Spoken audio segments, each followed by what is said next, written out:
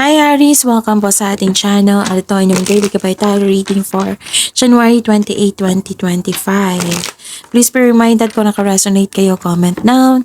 Kung hindi ka naka-resonate, ibigay niyo po sa iba kasi channel reading po ito. This is for you, Aries, ngayong January 28, 2025.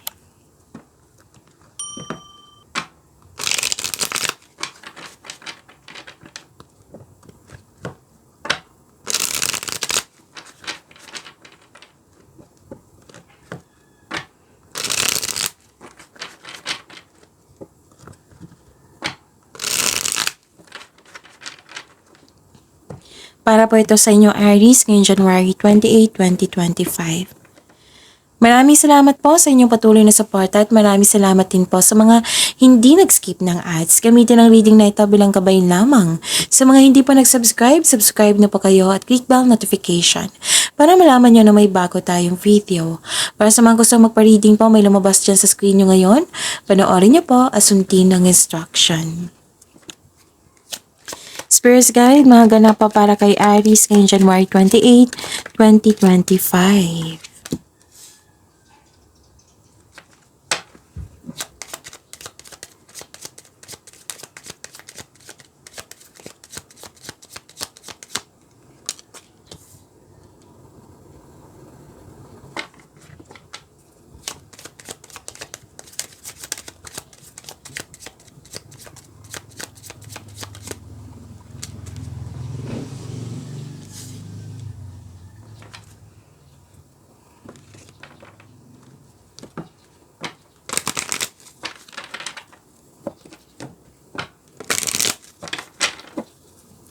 Spirit Guide, mga mensahe po para kay Aries ngayong January 28, 2025. I need 2 cards po.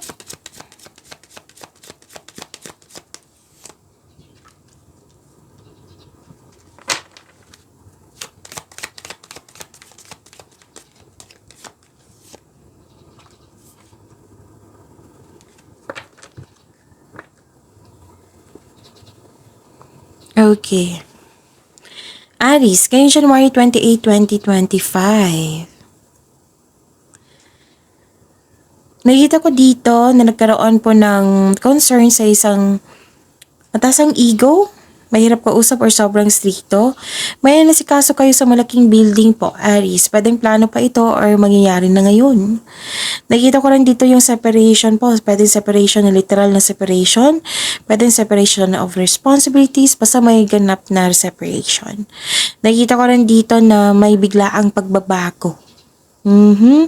Tapos may concern sa loss of connection sa isang tao. Parang pwedeng may tampuhan dito, Aries. May delay at blockages na nangyari. Pwedeng delay sa paggawa ng desisyon kasi may tutol. Delay sa paggawa ng action kasi may hesitation. Delay sa paghihintay. And nakita ko dito na may career stability. Wow! Career stability ito, Aries. Or gumagawa ka ng paraan para magkaroon ng career stability. Actually, may dumating dito na project, proyekto, chances na binigyan mo ng long-term agreement. What I meant is long-term plan. So, nothing is yet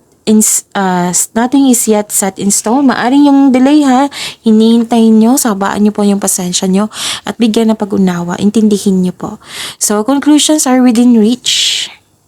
May ganap na mabibigyan na ng solusyon ng inyong problema. Okay? So, Spirits Guide, ano po yung energy ni Aries ngayong January 28, 2025?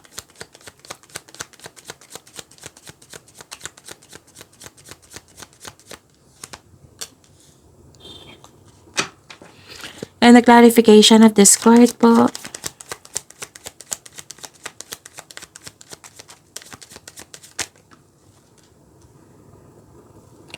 Kung may narinig kayo or may nakita kayong repeating message, meaning to say, pinupush ng cards nyo yan kasi ang ilan sa inyo hindi pa binigyan ng atensyon.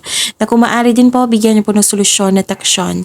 Remember, Aries, at the end of the day, alam mo na ikaw lang taong may kakayahan at responsable na gumawa ng sarili mong katotohanan at kinabukasan. So, ano yung energy ni Aries?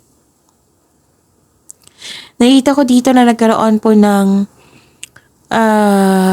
may chance na babalik yung taong nanloko sa'yo.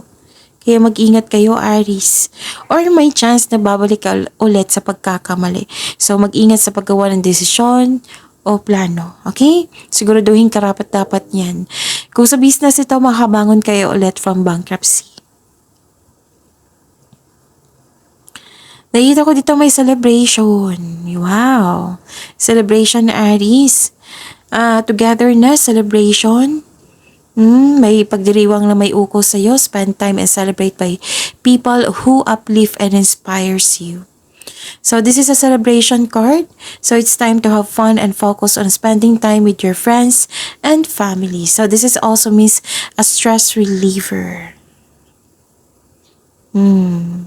Pwede din may ganap na groupings or collaboration dyan. So celebrating with good friends or family is what you need most right now. Spirits guide, ano po yung career and money po ni Aries ngayong January 28, 2025.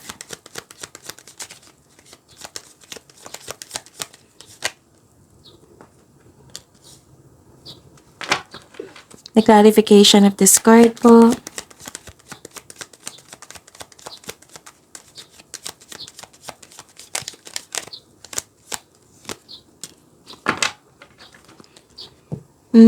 May ganap na hindi kayo makamove on. Nahirapan kayo sa pag-move on. Aries. Pwede din may delay. Delay sa plano. Nag-clarify siya sa oracle cards niya. Sa dito din, sa tarot cards.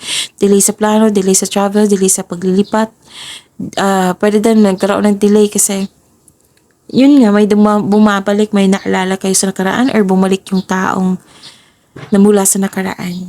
Nahihirapan kang mag-move on sa nakaraan. So, difficulties in moving on po ito. And this is good kasi nagpasya kayong magpahinga. Rest and introspection, yung pagsisiyasat sa sarili. Stress at pagod ka sa trabaho. Gusto mong mag-leave muna or magbakasyon. So, ang sabi ng card niyo po dito, ang pagpahinga ay nagkapagbigay ng increased productivity and a healthy mental state. Healthier mental state. Nakaramdam ka ng pagod wala kang pahinga, stress, anxiety. So, ikaw ay nagpahinga para makapag-isip ng mabuti, makapaghanda, or magpagaling. So, kailangan nyo mag-relax, calm your mind, and reflect. Sleep and meditation ay kailangan po. Spirits guide, love life, self-love, partnership, and romance ni Aries ngayong January 28, 2025.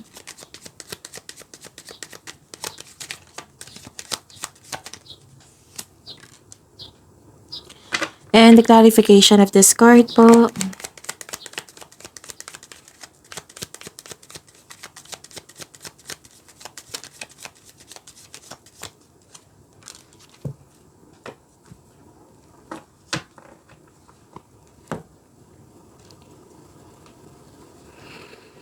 Okay.